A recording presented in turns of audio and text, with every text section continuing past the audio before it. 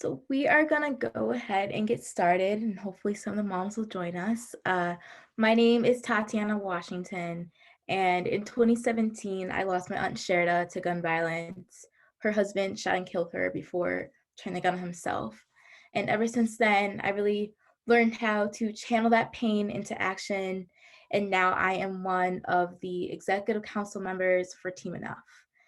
And I am so glad that I get to be involved in such a special and beautiful event. I also am so sorry that this event even needs to be held. The fact that each year more mothers, more parents, more children lose their loved ones to gun violence. Last year in Baltimore alone, 348 people were killed by firearms.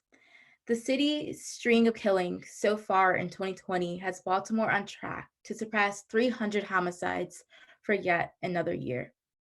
Even in the time of COVID-19, gun violence has continued. Just as coronavirus deaths disproportionately impact communities of color, so does gun violence. In the United States, Black Americans are 10 times more likely than white Americans to die by homicide, and 14 times more likely than a white American to be injured in a gun assault.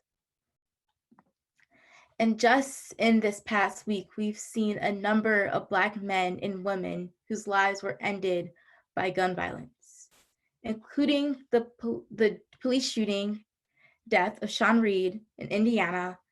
And today, May 8th, would have been Ahmaud Arbery's 26th birthday. Ahmaud's murder has made national headlines this week after a video of a killing was put online. Ahmaud was shot by two white men while out on a run in his neighborhood. You can join the call for justice, and we'll include links on our website where we'll also post a recording of this event.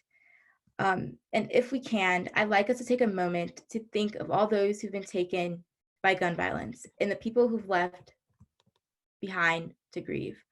From Ahmaud Arbery and his mother, Wanda, to the mothers here today. May we please take a moment of silence, and it with saying the names of those we've lost far too soon.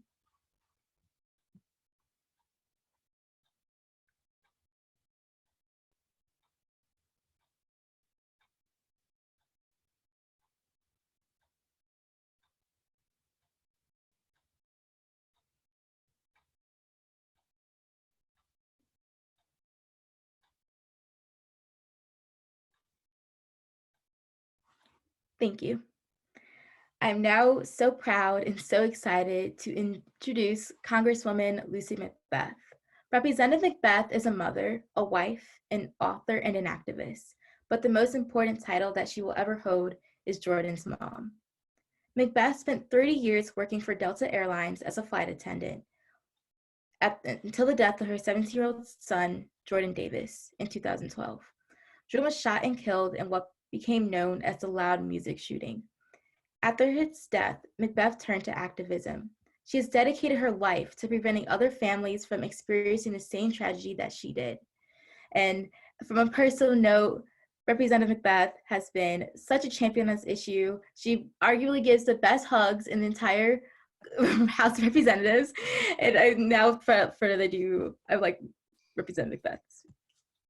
Well, thank you so much, Tatiana. I'm so, thank you so much. That was beautiful. And I'm so glad to be with you this morning, the Brady event, Tears of a Mother's Cry. And most definitely, I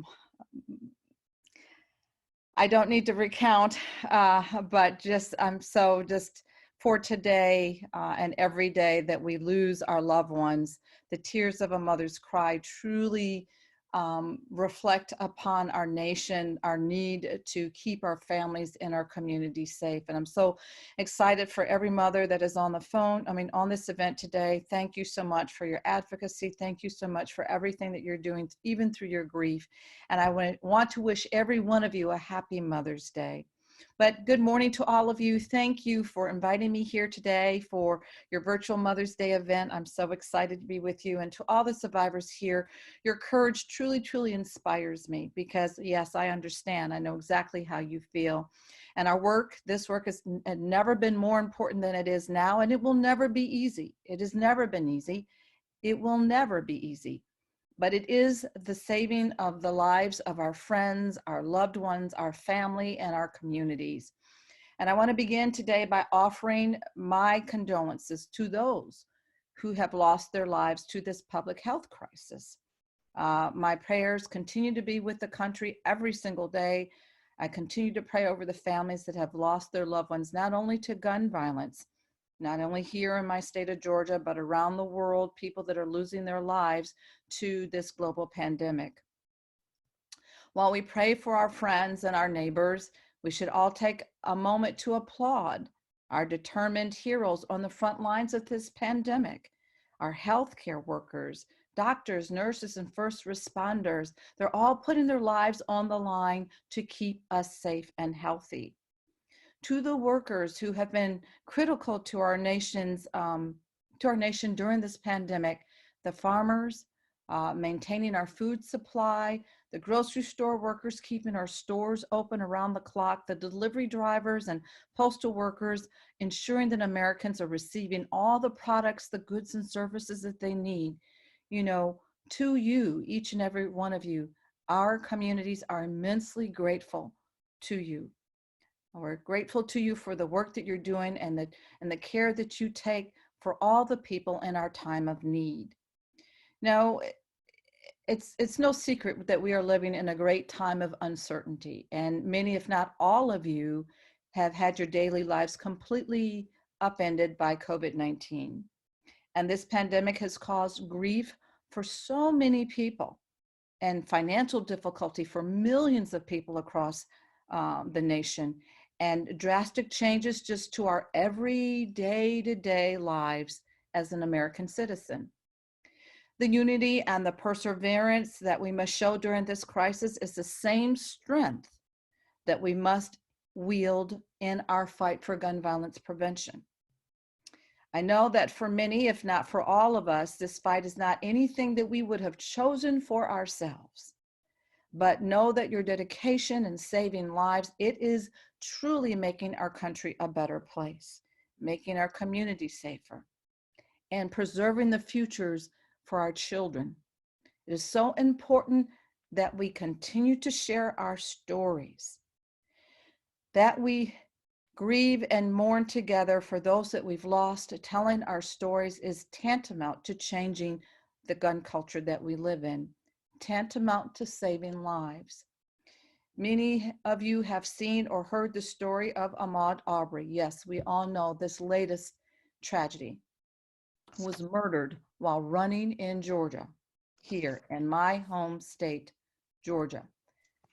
Now, there is just one more mother who's part of our solemn community, a community that none of us ever wanted to belong to, a community that every parent fears, a community no one ever asks to be a part of.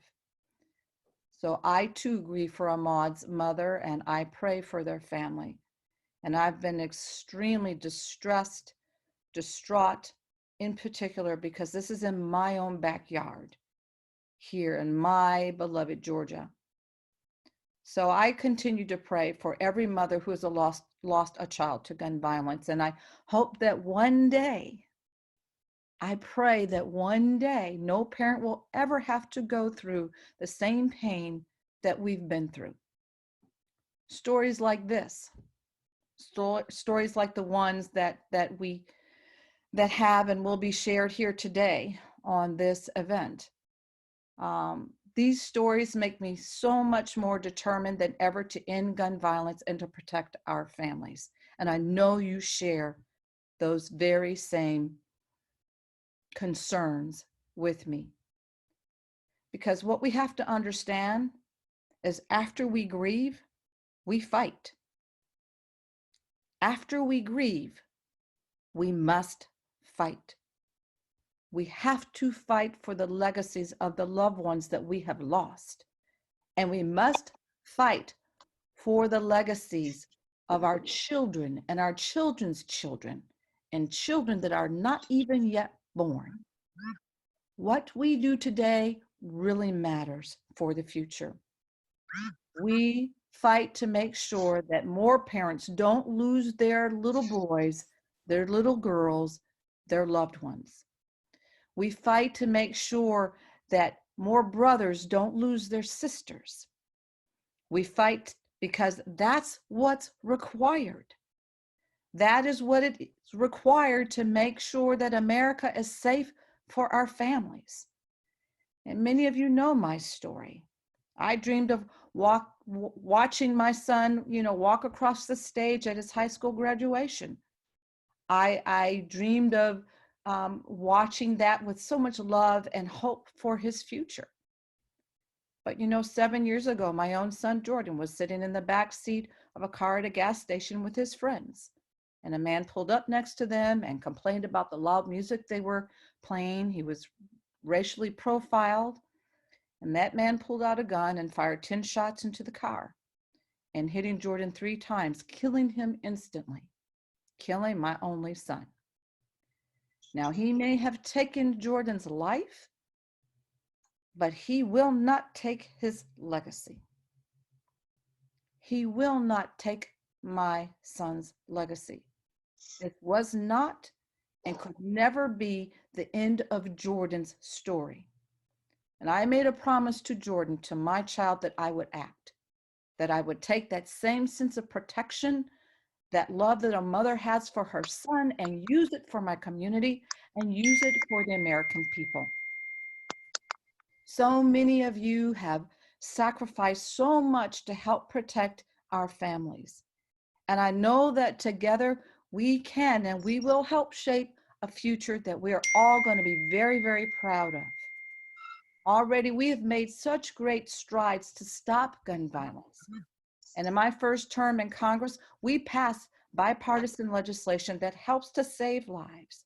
Legislation like the bipartisan background check, a common sense bill that will help keep guns away from those who simply shouldn't have them.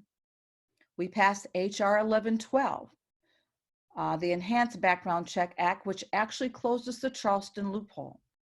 And for the first time in 2 decades, the CDC will receive funding to study gun violence as a public health issue. These are pieces of legislation that I sponsored, but my colleagues helped me to pass. It is because of advocates, though, like you, that this has become possible. It is because you stood up and you demanded more from your elected officials. So as we go forward, please go forward with strength and with hope, because there's always hope. That is the only thing we have left to hold on to. Hope for a better day. Hope that things will change. Hope is what sustains us, and it's what brings us together. It's what keeps us solidly connected, because we know that there is a vein of pain and turmoil and conflict that we have to move beyond to be able to serve others, so there'll be no more like us. Remember, all of this is in our hands. Our families, our friends, and our future depend on the work that we do here today. American resolve is in our nature as a nation. And as we continue our work to end gun violence, I hope all of you remember that the work that you do here, it really, really matters. On the days when it's tough, on the days when you feel like nobody's listening, on the days that you feel like it doesn't matter, it matters. The work you do, it matters for others. When we look back at this time and years to come, I hope that we can all take pride in our response to the challenges that we're now facing. That the Americans of the next generation, they'll look back and they'll remark about the support that we offered to our friends and our neighbors. That in the face of our grief and our sadness, that we stood strong, that we stood up, that we did not die a second death after our loved ones died. That we fought to protect our fellow Americans with one another and with love and compassion, the love and compassion that we still would have been extending to our loved ones. With love, with unity, and unshakable determination, we have to go forward. I look forward to continuing to work with all of you as we continue to stand up for the safety and the security of our communities and to fight for an American future that I pray that all of our loved ones would be proud of. Thank you. Thank you so much, Congresswoman. That was beautiful. As always, your words are so inspiring. But now we'll go ahead and get started. If not for COVID-19, we would be in Baltimore today for the 13th Tears of Mothers Cry brunch. Sadly, we couldn't be together physically, but we can be together emotionally and socially. For years, Tears of a Mother Cry has been serving as a community advocacy and support organization for families who have been affected by violence. Tears is there for mothers after the worst day of their lives and is committed to making these families feel like someone is here to support them. And we can't talk about Tears of Mothers Cry without talking about Miss Millie Brown. Miss Millie has been a devoted supporter of these mothers. Her journey started in 2007 while working in the surgery department at Johns Hopkins Hospital, where she saw numerous deaths of young people. What impacted her the most was seeing the pain and suffering from mothers and families. She views her work truly as a calling and is a force to be reckoned with. And so without further ado, I would like to introduce Miss Millie to introduce herself to you all and to talk about her journey into advocacy. Thank you so much for those kind words. Hello all, my name is Miss Millie Brown, and I want to tell you a little bit about how I got started. 2007, working at Johns Hopkins in the operating room, I was assigned 2 rooms. One was trauma and one was cardiac. I was told that a young man was coming to my trauma room who had at least 20 holes in him. So the first job that I had to do was to hold that door open until the doctor took the patient in. I wasn't a doctor and I wasn't a nurse. I always considered myself one of the little people. As they turned the corner, my body shut down. I was not able to hold that door open so they could get that patient in. I completely froze, which meant that they had to stop that patient in front of me in order to get the door open. I then looked down at the young man and he looked up at me as if to say, please don't let me die. To this day, I still get emotional when I talk about it. Again, I wasn't a doctor or a nurse. There was nothing that I could do. They got the young man in the room. It took me 10 minutes to run his ID underwater. There was so much blood on it. There was so much blood that shot in the room. You could have went swimming in that trauma room. To make a long story short, he expired. I was asked by one of the nurses to go with her to tell the mother that her son was gone. As we started going to the family room, I saw the family in the hallway, and the only thing that I could do was hold my arms out to hold this mother.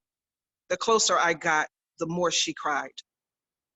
Once I stepped in front of her, she made a sound that I had never heard before. Now, before this young man passed, I had taken many young people to the morgue that had gotten shot by this epidemic gun violence. I held that mother in my arms and I said, Mother, please, what can I do?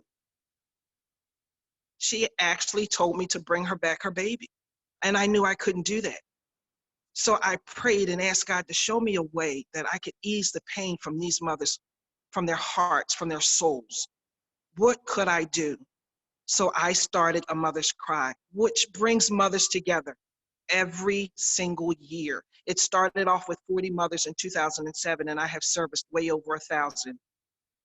So I bring them together to let them know that they're not alone and they're not forgotten. And one of the main things that I do is to give them a portrait of their deceased children, something that they can hang in their home, that they can look at every day and say, there's my baby, something that they will never forget.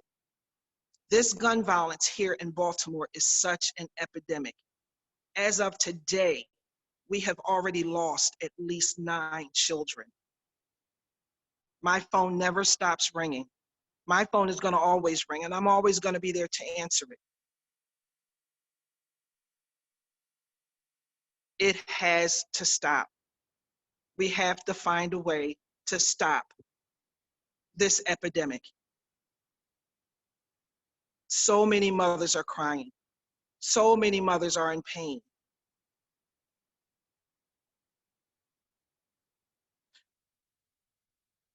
Back to Johns Hopkins. I started having events after this particular young man passed to bring the mothers together. Again, it was 40 mothers. I started off with a Mother's Day event. Then I started off with a Christmas event. Then I started off with a Thanksgiving event. Then I started off with a Valentine's event. I could never do enough for these mothers.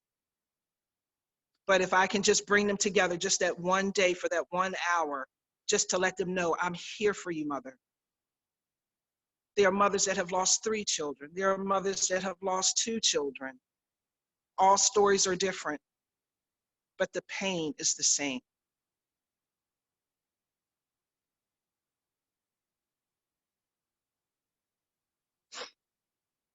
I'm sorry.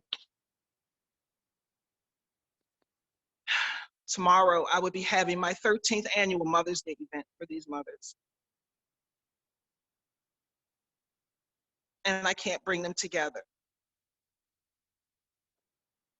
But if you see a mother, if you know of a mother that has lost her son or her daughter, or Miss Millie, say a kind word, do a kind thing.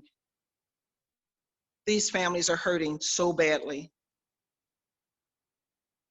Thank you.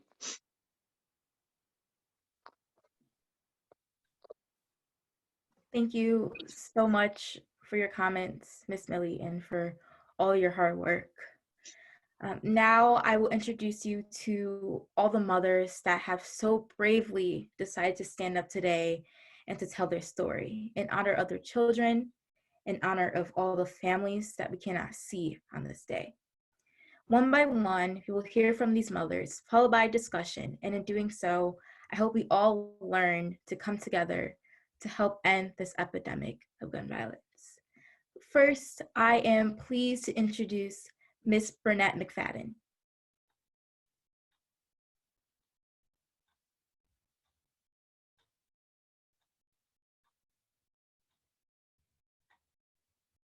How are you doing today? My name is Bernard McFadden. I'm the mother of 3 sons that was murdered in 2005. One of my son's anniversary, my oldest son's anniversary, is actually next Wednesday, the 13th. The year he was murdered was on Mother's Day, actually. So it's very hard for me to celebrate this month, maybe also my birthday month. So it's hard. It's hard for me. It's hard because I lost 3 sons that was 6 weeks apart. It's hard for me because this year is like 15 years, and it seemed like it just happened yesterday. I usually don't be sad, but I'm just for some reason I'm sad because I really miss my sons.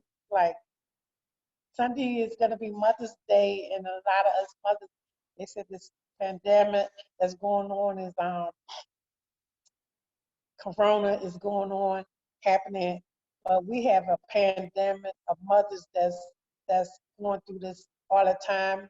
That we already know what quarantine is because we quarantine ourselves already when we lose our children. We already in quarantine. We shut ourselves up. We cry. We put down the shades. It's hard because a mother, even a father, a good father, not even all mothers, fathers too. So it's very difficult when you're going through this time of losing your kids and this Mother's Day and a mother-child, losing a child or children, period. It's so hard. It's not even words I can't even explain. They ask me all the time, how do it feel? How do you deal with losing 3 children? Or maybe losing 1, 2, or 3. It's very, one is fine, but it's very different for me. it's the same because death, because my children died, but it's different. I had 3 children that I had to look at their picture, or I talk to their pictures all the time. And right now, all I want to do is, like Sunday, is get under the cover and close and pull a cover over my head, and not think that I lost my children. And that's what I want to do. I don't want to cook. I don't want to do anything. For the past couple of years, I did it for a couple of years. I had stopped, then I went back and started cooking. Then now I'm just like, I don't want to. I don't want to see anybody, even though we're doing quarantine and social distance. It doesn't even matter because babies, they're always going to be my babies. They're going to be my babies, my sons, their daughters, my sons and daughters. They are mine. I want the whole word that spells out mother. I want that Sunday. I want that back. I want to be able to just be like, oh, it's Mother's Day. And I know what it is. I know what it is to be a mother because I have 4 sons now. I only have 3. 3 is gone and 1 is left. I want that back so bad that I can't. Only thing that feels me comfortable is that if I get on the phone with mothers that lost their children and we celebrate, we have a party like that, a quarantine, a party of a mother, we dance and have a party. And that's what I feel like. I miss my son, Linton, so much, which is my oldest son. Randolph is my next son that I miss.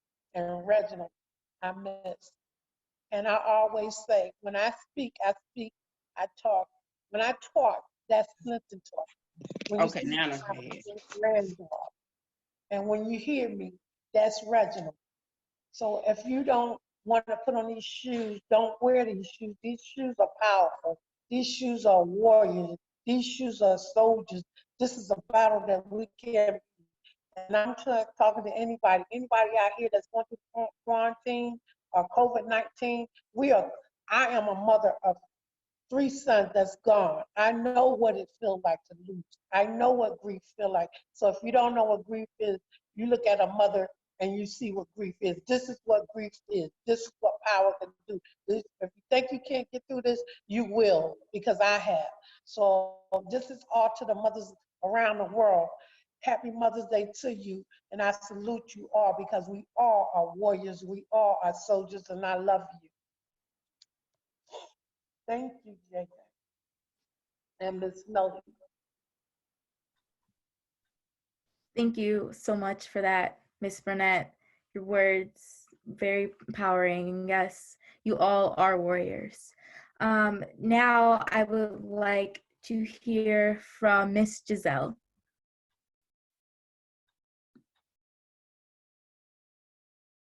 Good morning and happy Mother's Day to you all. Where do I begin? Give me a minute, please. I have 3 young adults, 2 daughters and 1 son. My son, John Christian, we call him JC. He also goes by the nickname Lil Penny. Is my middle child, my only son. He would always tell me, you know, I'm your only son, right? So he was my only son, my dad's only grandson, my siblings' only nephews. He's been the only for a lot of things. To begin with, every morning, going past my son's bedroom, we would always exchange words, and he would say, have a blessed day, be safe, and I love you. And I would say right back, I love you too, you have a blessed day, and you be safe. My son, JC, he was born on Labor Day. So as you mothers know about being in labor, some, it might have been quick, others, it might have been long, drawn out. Well, imagine being in labor with my Labor Day baby. And now, like you all, we're still going through labor. The labor now is because our sons, our daughters, they're not gone. To be absent from the body is to be present with the Lord. You know, you can look behind me and you'll see my JC. The reason why he was given the nickname Little Penny is because he never changed. He didn't change for anybody or anything. He always remained the same. And if you notice, a penny, it can't be broken. So I'm here with you all today to honor all of us mothers who have lost loved ones, to say, you know, we're tired of being in so many quote unquote clubs. Mothers of murdered sons and daughters. Moms demand action. There are too many clubs that we did not want to be in, but we had no choice because one of JC's so-called friends came in the house with intruders and murdered my son. Everybody was home. We heard the shots. And when I heard it, I was like, what the heck is that? I gave chase to the gunman and was dragged by the getaway car. When I made it to the hospital to see my son, who, by the way, he loves to give hugs and he loves the color red. When I went to the hospital, I asked the detective 3 times to see my son. 3 times I was told to wait in another room.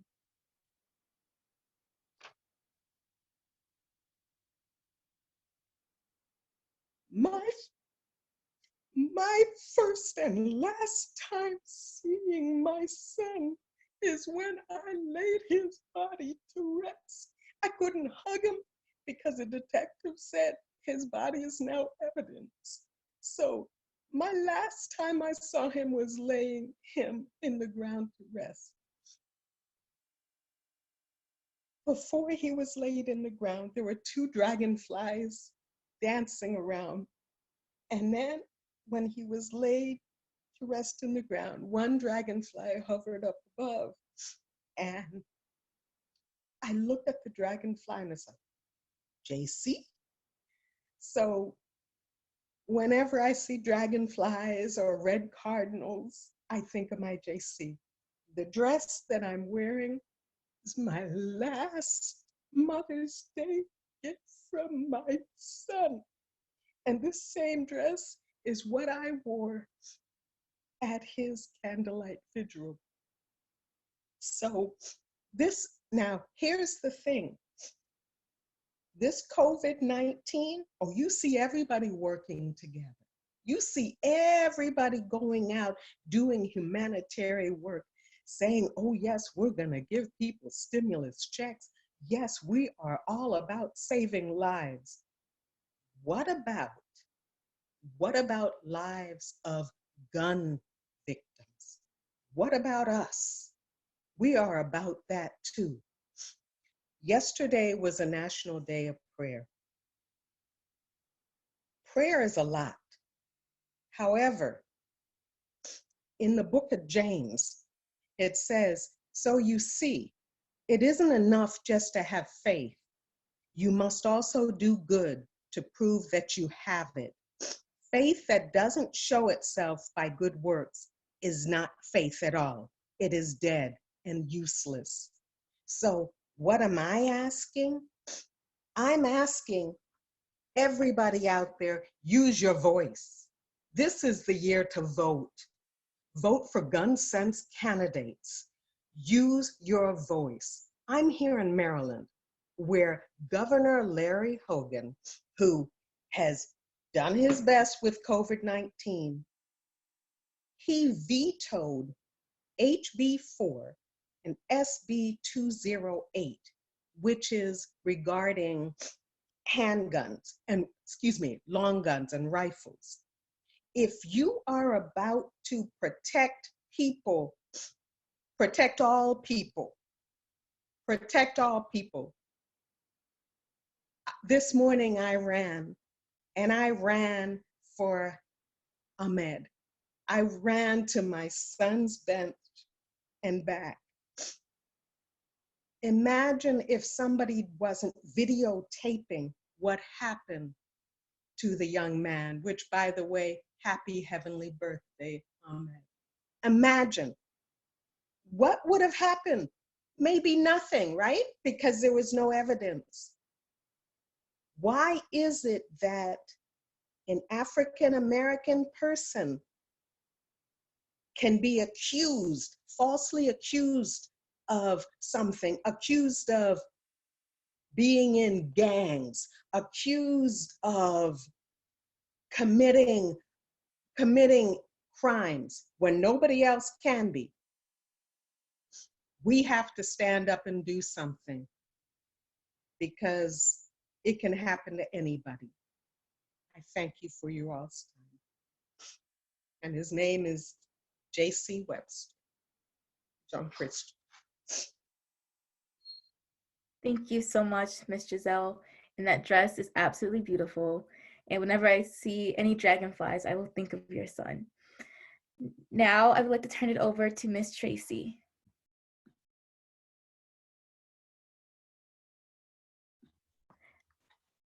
I would like to turn it over to Miss Tracy.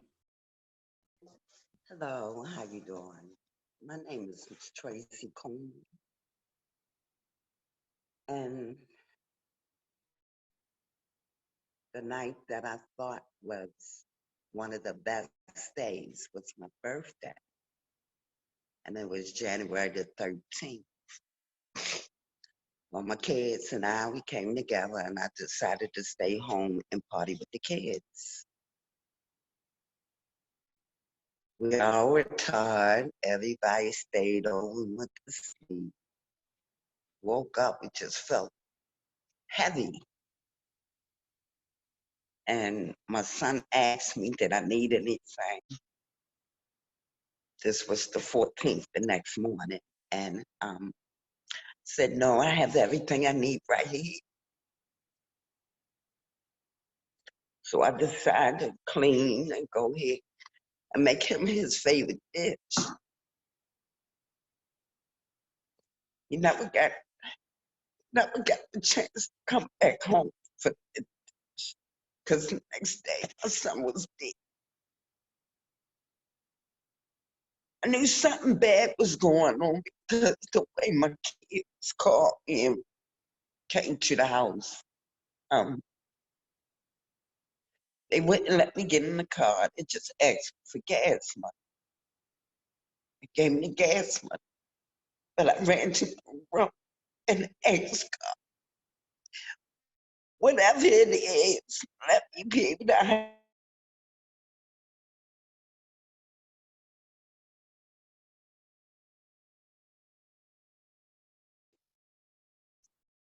I didn't believe him because I needed to see for myself. They took that right from me. Somebody else identified.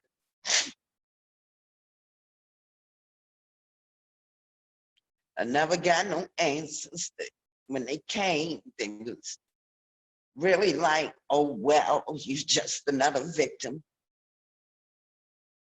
Told me it might take 6 to 8 weeks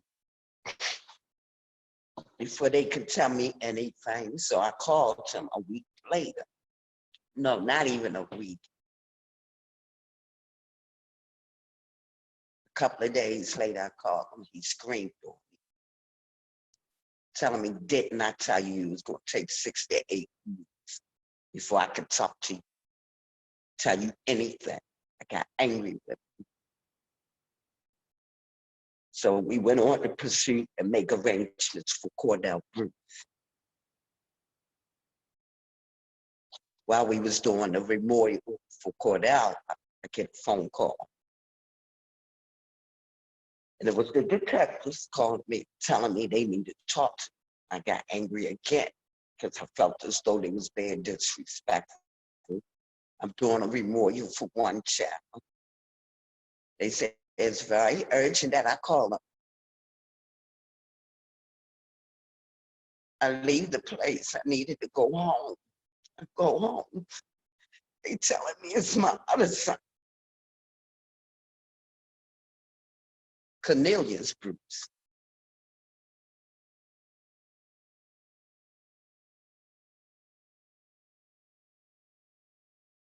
If I would have known this shit was going to start it out like this, I'd rather not celebrate it.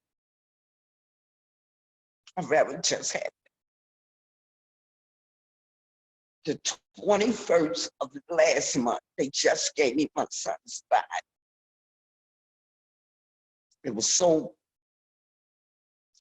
bad, I had him cremated. While we was there, they had to get the vase and everything to put his body in. I believe they dropped his ashes. I didn't see it, but the man came downstairs with the vacuum and go upstairs. My daughter, he dropped my brother ashes. They looked at us like, no, this man dropped the ashes. Then we were supposed to have the memorial for him that Friday. No, we didn't. We just took him to the grave and buried him with my Cordell, his brother. Get a phone call at night, we can't have the memorial. It's postponed because the police officer caught the virus. We're there, they there, we distance. We could see them get a call again telling us it's postponed because they shut it down because how they had their service, which I think is very unfair. But suppose they had it last Friday. Can't have it. And it's like it's no closure. So you're always going to be quarantined, feeling like you didn't do anything to help them. 1 minute I'm angry. I'm not angry. I'm just here. But I know they're in a better place. I know God will give me answers one day. Because he did give me his body.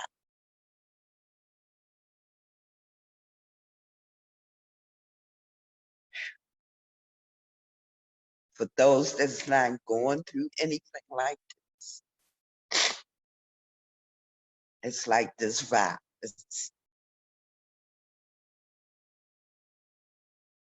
I just know we all gonna get this.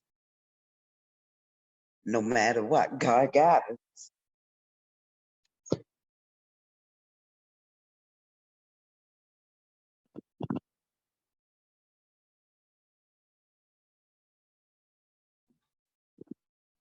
Thank you so much, Miss Tracy, and God bless you.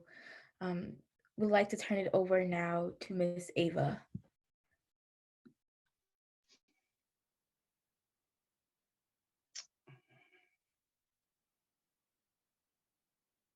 I'm trying to unmute mine.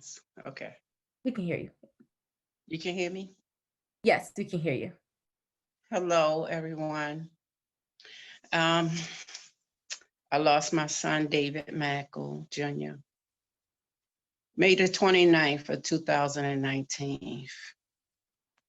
He left me 2 beautiful sons. That awful day, my granddaughter screamed and told me that he had been shot. And all I kept on thinking was, not my David. Not my David. He's my only boy, my youngest of the 3. And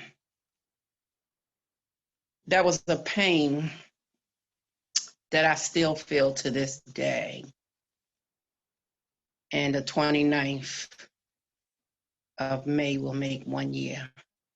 And it feel like it just happened today. I miss him every day. When that young man took my son, he had a male friend with him. And she said, all he just kept on doing was shooting him, calling him Mr. Pro Football, Mr. College guy.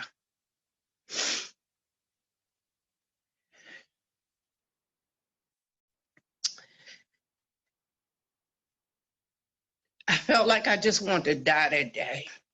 I just didn't want to live no more. The only reason I'm here today is because of his two sons. But the sad part about us losing our sons, the system just don't work for them. The young lady that David, she came forward. Them people would not protect her.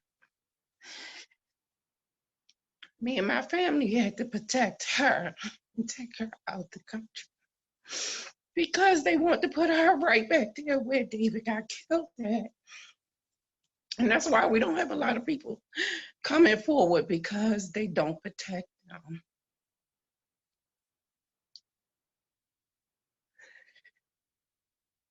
The one thing I say about him, I raised him. I taught him to love. First of all, love yourself, and then you can love others. We live in a cruel world, a vicious world. And I would hope and pray that no other mother will have to go through the pain that we're going through today.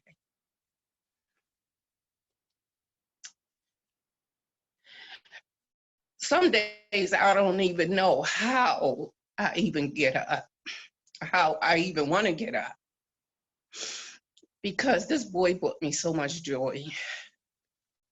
He wasn't perfect, but he didn't give me no problems at all. When I first decided I was going to have children, I always said I didn't want no boys because they busy, they bad, they always into stuff.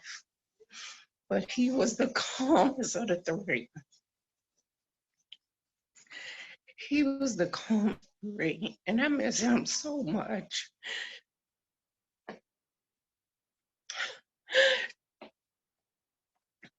Unfortunately, I have to stop because I have to get myself together to go back to work. I miss him so much.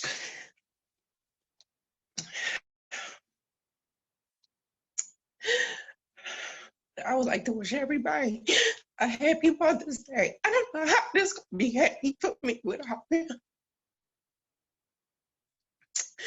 I just wish I could have died with him that day.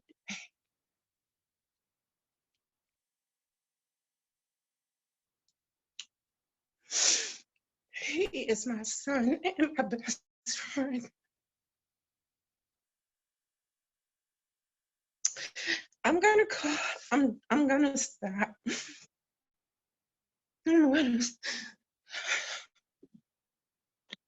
I can't take it no more.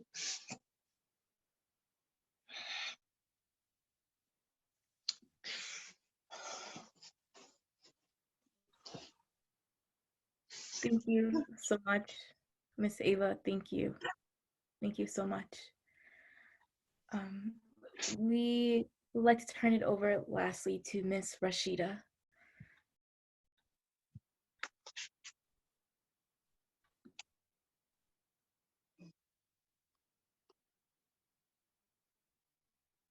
Hello, good afternoon.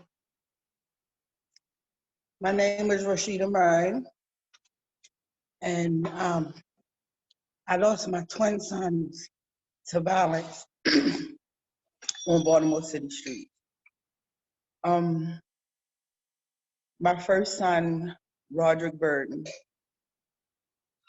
on March 24th, 2012, My son was murdered on the way home coming from the store one night. He was with his friends. He had came in the house and said, "Ma," he had a toothache. And he said, "Ma, what did you tell me to get from the store again?" I said, "Get an Advil PM." And he said, "Okay, I'll be right back." My son left out the door. I hear these shots. A little bit later, I hear these shots. Boom, boom, boom, boom, boom, boom. And the first thing I could say is, "Where my baby at? Where's Roderick?"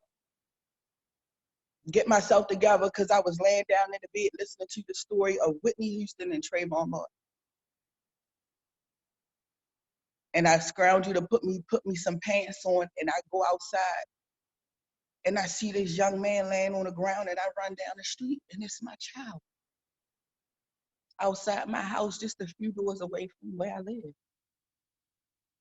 I was 4 months pregnant at the time. I'm thinking that my child was still alive because his eyes were still open, but he wasn't. He was dead. Here it is, I'm 4 months pregnant. What am I to do? Nothing I could do. The only thing I could do was I was just lost for words. I was just at awe because my child, Hades, I'm finding my child lifeless outside on the ground, but nobody saw nothing. Nobody claimed they saw nothing, and he was with 2 people. And they claimed they were getting shot at too, but I saw no bullets and no cars, no windows shattered, no nothing. Only person was there was my son laid on the ground. And they didn't leave my son laying there very long because the quickest the ambulance came was the quickest they picked him up off the street and they took my son and shot from him. They didn't pronounce him dead in the 800 block of West Fayette Street. They pronounced him dead at shot trauma. It made 8 years this year. And his case still haven't been solved. Nobody still haven't called me or said anything. Nobody haven't come forth with nothing. September 5th, 2019, my second son, his twin brother, Robert, was murdered. I get a knock on my door 10:30 at night as I'm getting in the bed. And they had a picture in their hand of my son. And I wasn't expecting them to tell me that my son was a victim of a homicide. I thought they were going to tell me that maybe they was looking for him or he did something. I wasn't expecting for them to tell me that I lost a second child, his twin brother, to Baltimore City streets. And when they found my son, he was found as a John Doe because he didn't have no wallet, no phone, no nothing on him. And he always kept his phone. But they identified him through fingerprints. My boys wasn't the type that be troubled kids that always get in trouble. They got arrested one time. When they found Romar, he was found laying in the gutter in the Northwood area, in a residence area, where they just threw his body there and left him. Roderick was to graduate high school in 2012. He didn't get that privilege because it was taken. He wasn't just a young Black kid murdered on the streets. He had a life, he had a purpose. And he wanted to make me proud of him. That's all he kept saying, "Mom, I just want to make you proud of me. I'm gonna get my high school diploma. I want to make you proud of me." I'm going to change my ways. I'm going to stop hanging around the people that I'm hanging around so I can do better and make something of myself. It was taken. Roma leave behind a 2-year-old girl. He was murdered the month before her second birthday, a month before she turned 2. So my grandbaby is without a father. When Roderick was murdered in 2012, 5 months later, I had a baby. And before my son left this world, he told me, "Ma, you're going to have a boy, and he's going to be a Leo just like me." His birthday is August 10th. It's the Leo my baby was telling me about before he left here. He's now 8 years old.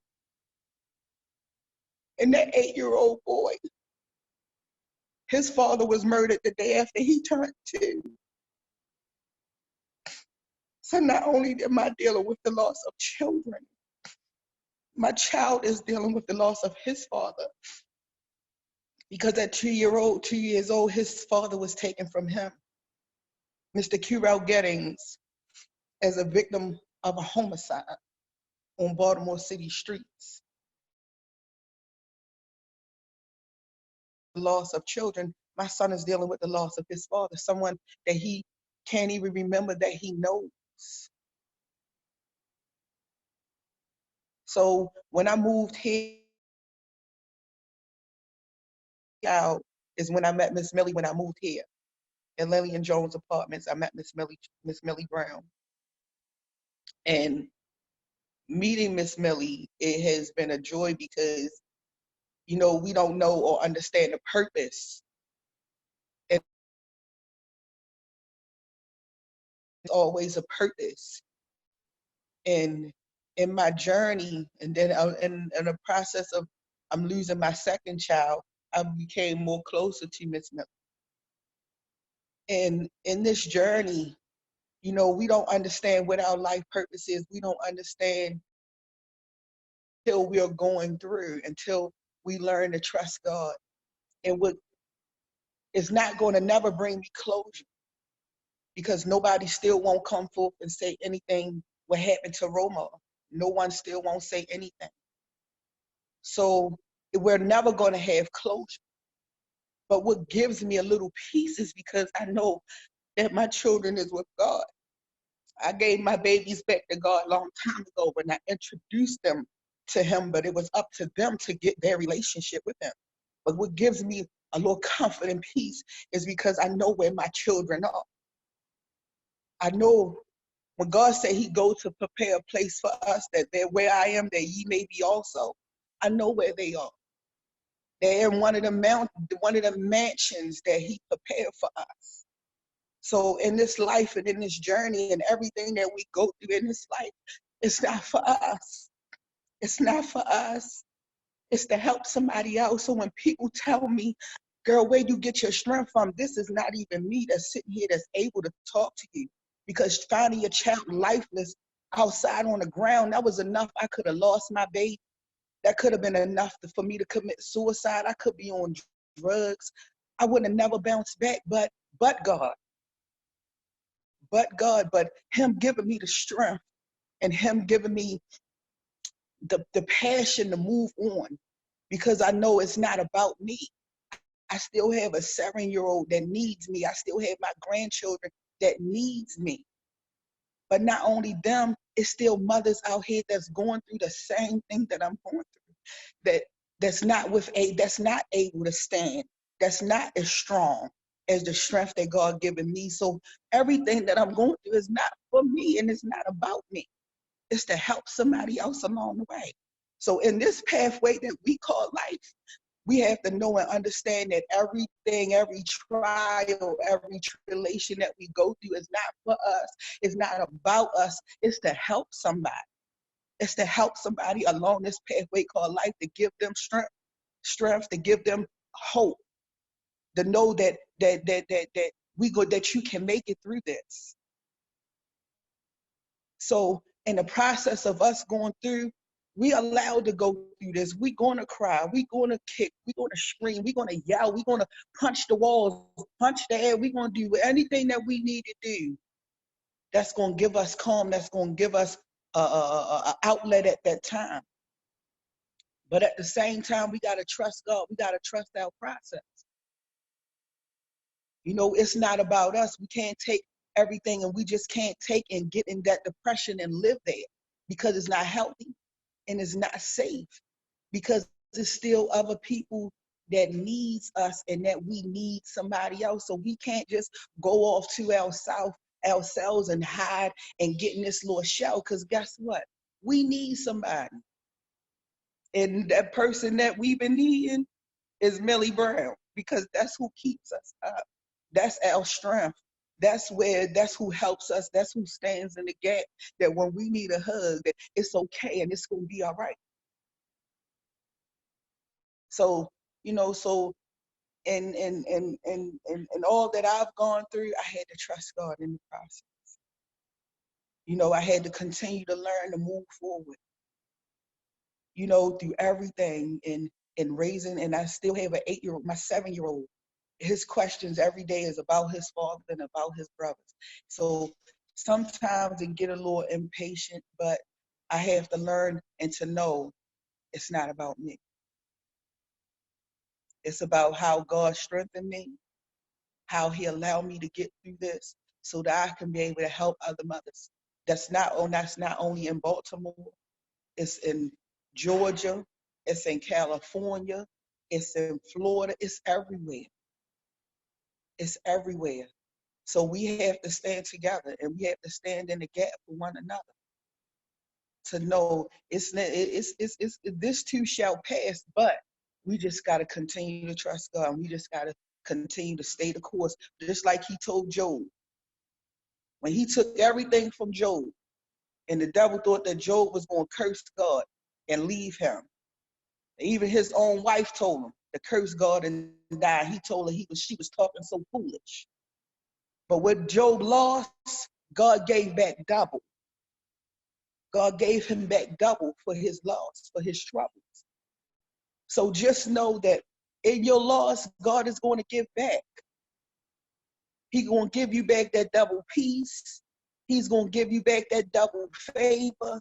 He's going to give you back that double grace.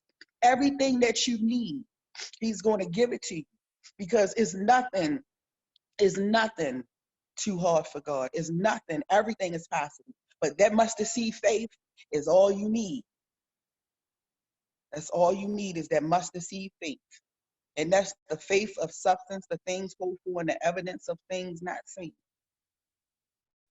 So just continue to trust the process, and y'all have a blessed day. Thank you. Thank you so much, Ms. Rashida, not only for sharing your story, but also to hear your testimony. Miss Millie, do you have anything you would like to say to these mothers? I do. I would first like to wish every mother out there a happy Mother's Day. And I would also ask that everyone, please keep these mothers lifted up in prayer. And remember, Miss Millie loves you all, and God bless you. Thank you so much. And thank you all for sharing your stories. I know how hard this has been for all of you, but I am personally so moved by your strength and your love. And because of all you, I am empowered to keep fighting to end this epidemic. And now, if it's okay with all of you, I would like to ask you all some very short questions and engage in a brief Q&A. And my first question is, what is something that you would like to see changed?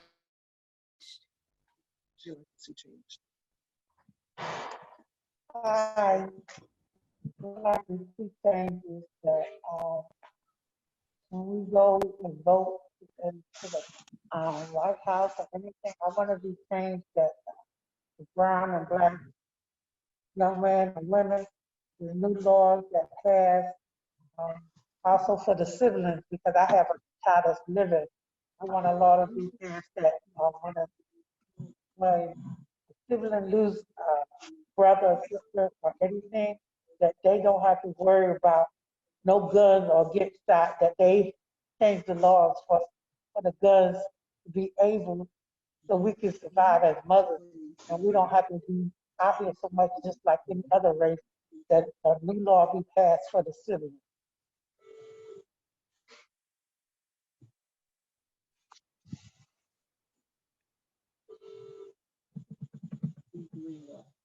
Repeat the question again, please.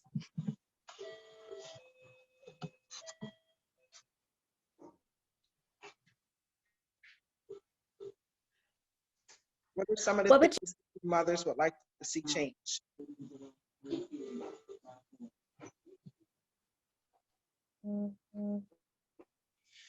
Put an end to gun violence.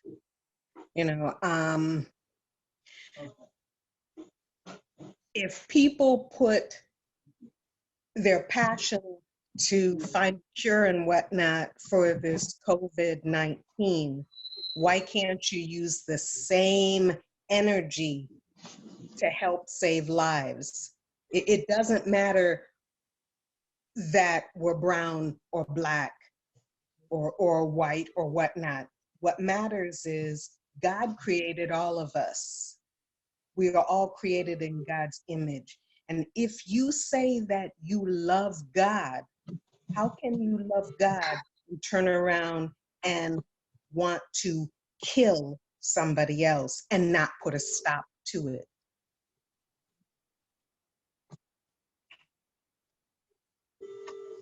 Who would you like to see change?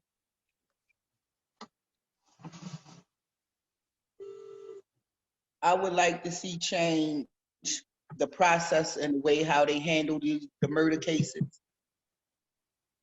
with when they with interviewing witnesses, with giving more witness protection, with the police communicating more with us parents, because I don't hear from no one. I don't hear from nobody, no anything. They even told me that the detective that was working on Roderick's case, that they would be calling me, and they called me in February and told me that this man would be calling me, the detective. I hadn't heard back from that detective yet. I haven't even heard back from the state's attorney's office, the police department.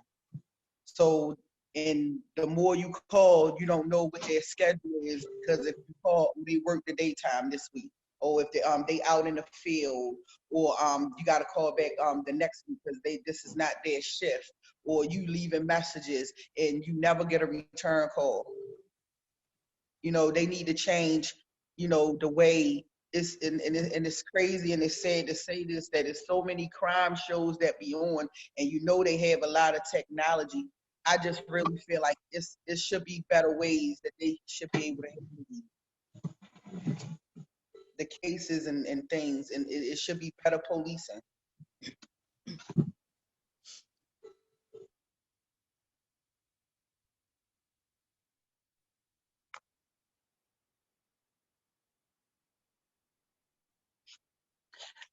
What I would like to see change is the respect we have for each other. We are human, and one day you hope death don't knock on your door. So be kind to each other. Stop being so hostile, like, oh, well, we're just numbers. We are not. We are people. We are loved. And they do have kids. That's the main thing I think need to be changed, is how we treat each other.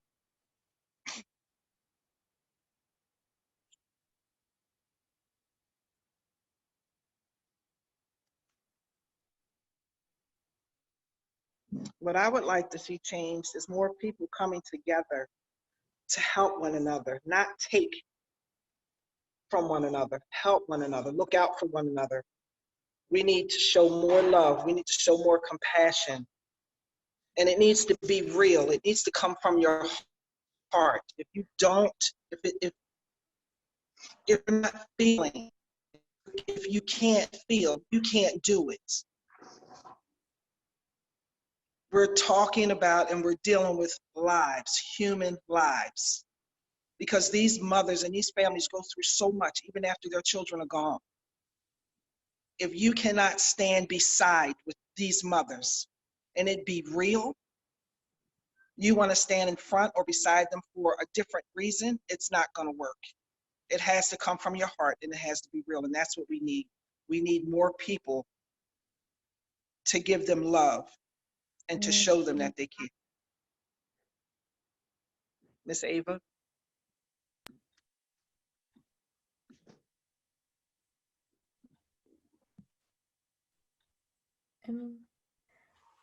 Thank you so much. I will end with this question.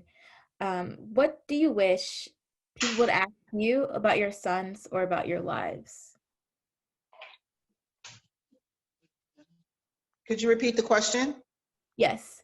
What do you wish people would ask about your sons or about your lives? You said, what do you People ask about your sons.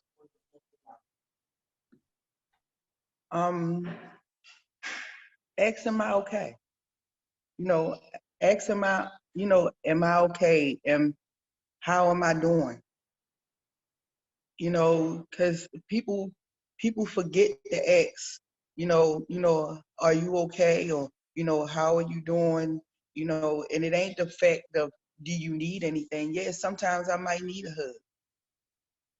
Sometimes I might need, someone to check on me, every now and then to see if I'm okay. Ask about my sons, what was they like? How was their, their personalities? Because everybody has a life, everybody has a dream that they want to fulfill as they grow older. Nobody would think that if they outside with their friends, that their friends would be so jealous and envious of them that they would want to take their life. For nothing. For no reason.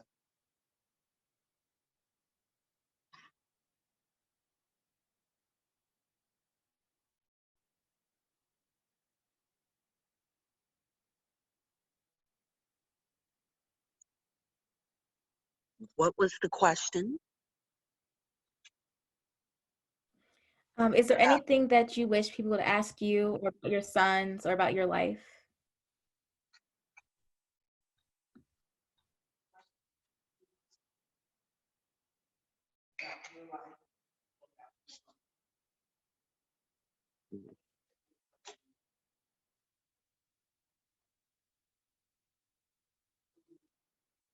Well, as far as my life, how do I still have faith? And what's keeping me going? How I still have faith is I know who my true God and my power is. And how I keep going is I know how they walk. There wasn't no slouch. They were men, young men. Keep the faith. That's all.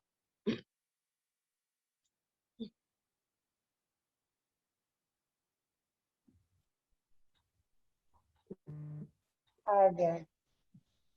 I would like someone to ask me if they could take me on the trip. I need to go on a trip to get away. I need to go out of town. I want them to ask me, can they help pay for my passport for me to go? Because I need one of those. That's what I need. I need to get away. I will be celebrating with my sons right now. And I will, about my sons, I want someone to ask me, what would they be doing right now? They would be having children, being judges, being doctors, what they want to be. I will be on Mother's Day, probably be going on a trip with them. I want somebody to ask me that. How about that? How about somebody ask me to throw a party? I want to have a party for my sons. I never celebrated. I never in the whole 50 years had nothing with my son's name to celebrate their going their anniversary or their birthday. Somebody, how about somebody ask that? How about you do that? That's what I want. I wanted those mothers to fight. I'm a fighter, warrior, and everything. I want to be partying with some of these other mothers. I want to be a part. I want to be happy. I'm happy. I'm a happy person. I want them to be happy. My children to be happy. So my spirit is happy. That's what I want. I'm tired of seeing tears. My tears are tired. I'm tired. I got tired of tears. My heart crying. They say your heart bleeds, mine's crying. I'm tired of that. I want to party. Look, my son was dancers. They love to dance. They love to have fun. I want to have fun.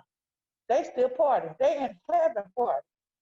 So if they party in heaven, I want somebody to have a party with me down here. That's what I want. I love y'all. Thank you.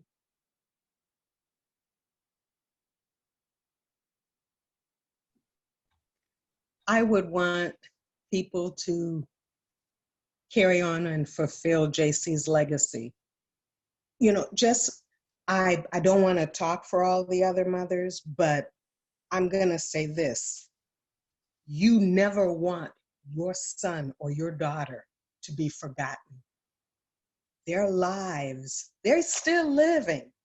It's just that they're now with God until we join them. But here on earth, oh, you're not going to forget our sons and daughters. No, we want them remembered. We want to hear their names, the sound of their names, telling jokes, however their personality is. You know, that's what's joy. The part about justice, I've accepted the fact that the only justice is coming from God, because man can't do it. But in the end, everybody's got to face God Almighty, and they will be judged with what they did. So I just miss my hugs. I miss my hugs. I miss my hugs.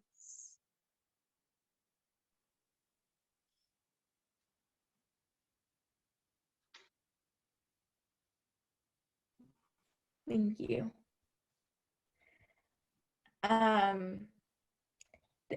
Any of the mothers have a response to the question?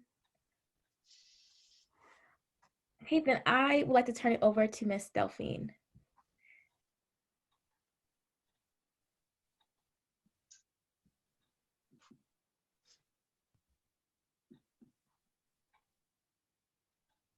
Take me off mute. Hello? Can you see me? We can hear you. Yes. Good afternoon, good morning. After listening to you guys' story, I was in tears. I really was. I actually thought I was the only one going through the loss of more than one child.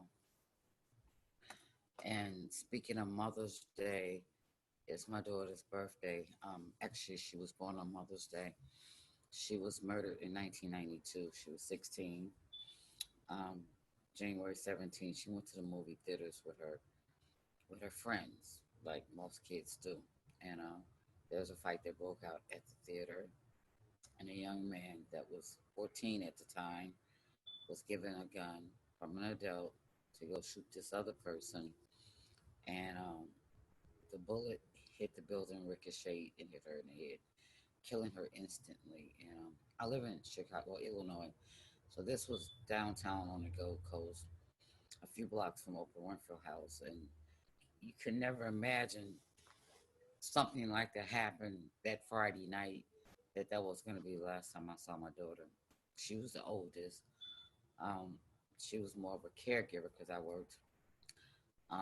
After she passed away, I went into a deep depression and realized 5 years later that I had a nervous breakdown. But in the midst of all that, I was also pregnant with my son at the time. I had 4 kids, and I raised many, but I had 4 of my own. So Tyler was born October 15, 9 months later after Thais's demise. Um, and I asked God, so you take one and you give me one. Always wanted a son, always wanted a son. And he gave me this child that at the time I was really too sick to take care of him. His dad did a pretty good job, but then I also knew he was a gift from God.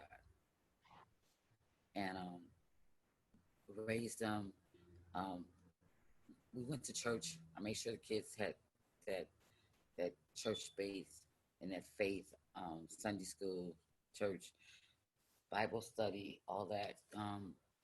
Thaisa was more of a poet. She wrote a lot of poetry. She was in a lot of stuff at school, debate teams. She ran track.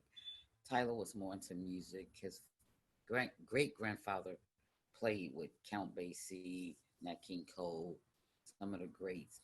His grandfather was a musician, um, and I guess he was just born with the gift of music. So he loved music, but I always told him, don't let that be your goal. You got to have a plan. You always got to have a second plan. I know you like music. So he was going to school to be an occupational therapist. And get back to Tracy Tice, I'm sorry, she was enrolled in that fall to be a nurse. She wanted to be a nurse. So they were very talented kids when it came to giving. Something I think I taught them to give, and it's very. I don't think it was wrong of me because they were too giving, and being too giving, people took advantage of their giving. So 20 years later, after Taisa was murdered, my son got up to go to work that morning, and I got up to do a food pantry, giving out Christmas baskets. He was murdered 3 days before Christmas, and we passed each other in the hallway going to the bathroom. He told me to have a good day. I told him not to work too hard, and he didn't come home. I got home a little early. He didn't come home. I'm like, okay, he's working overtime, and I go out to get him lunch for the rest of the week, and I see my son passing me. I'm in my truck and he's in his car. I'm like, okay, he's 3 houses from the house. He's okay. I'm out less than 45 minutes, maybe an hour. I get a call saying, come to the hospital. Your son's been shot. And I just remember putting my car in gear and parked and sat in the middle of the street, not knowing where I was. Um, just, begging God why, you took my oldest and you're taking my youngest. And I was still hoping, praying that he wasn't deceased. So the police and my niece found me, took me to the hospital. And I never prayed like I prayed that night. And Tyler was shot at 8:03. He expired at 11:03. He was actually shot in my driveway at my house. Till today, his murder has not been solved. Um, it gave me the strength after getting up to say, okay, I need to know why, where, and what's the reason for all this. So that's when I went to a rally that Brady was having, and I met Robert, and I told my story how I went to Indiana and I was able to buy 3 guns, 2 legally, no, one legally and 2 illegally. I used to be a probation officer, so I had a FOID card, so I was able to buy 2 guns, 2 guns illegally, one legally. And they dropped them off to me at a McDonald's in the back of their trunk. And I said, "Is it that easy to get a gun?" Because I was trying to follow the trail of who killed my son. Um, you know how you kind of know where the trail is, but no one's talking, like the young lady said. His best friend, well, one of my neighbors took him to the hospital because the ambulance was called. They never showed up. So he had to go to the hospital with his best friend. When he got to the hospital, he had to literally sit in the waiting room because they wouldn't receive him. He had to say, "Look, I've been shot. Y'all need to wait on me." And I still feel today, had my son got the medical care that he needed, he still might be here. And I struggle with that. It made me, it was hurtful, but it also made me angry enough to get up and fight for other people that are going through what I went through. So that's when I started my activist of getting involved and making sure this doesn't happen to anybody else. Um, I started the foundation called Tender Youth because a lot of us don't like therapy. I go to therapy every Tuesday for the last, I don't know how many years. And I give out journals because I found journals would help me write what I was feeling. Um, and in my journal, there's a lot of times that you're absolutely right. I wanted to take my life. I wanted to just end it. You know what I mean? And being a gun owner and being a probation officer, my most important thing was not to put guns in the hands of my children. So my guns were never left at my home. I They were safer at my job, locked in my cabinet at work. But I still live in the same house because I refuse to move until you guys find out who killed my son. Um, I want you to see me every day. I have a big sign out in front of my house with a reward sign and the ribbon around the tree with his picture on it. So I want y'all to know every day when you pass my house, my child was killed and no one saw anything that night. No one saw anything at 8:03 that night. So I want to just say to you, mothers, I really appreciate your stories. I was sitting here in tears. Um, I lost my kids 20 years apart, my oldest and my youngest, but I now know that I'm not the only one that's going through this way. I've lost more than one child, and my kids was not brought up in an environment of violence. I kept them away from city. I put them in private schools. Education to me was the most important thing to my kids. Like you said, God first, then you. And that's how I taught them. But you guys, I want to say y'all are some amazing women that you're up still fighting. I don't celebrate Mother's Day or any holidays. I'm working my way through that because that is my daughter's birthday. But I miss my son on Mother's Day. I really do because he would get up and fix this fabulous breakfast for me every Mother's Day. And then New Year's, Thaisa started this family get together where she would invite family and friends over every New Year's. And it became so huge where the following year I was going to rent a hall because it was just that big.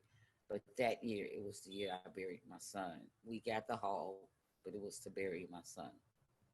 So I want to say thank you guys, and I wish you all the best. And I'm crying for you all just as well as I'm crying for myself.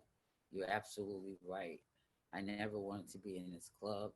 I'm here, and I got to do what I have to do to save another child. Thank you. Thank you so much, Miss Delphine. And for who has yet to meet Miss Delphine, she is an amazing gun violence prevention advocate.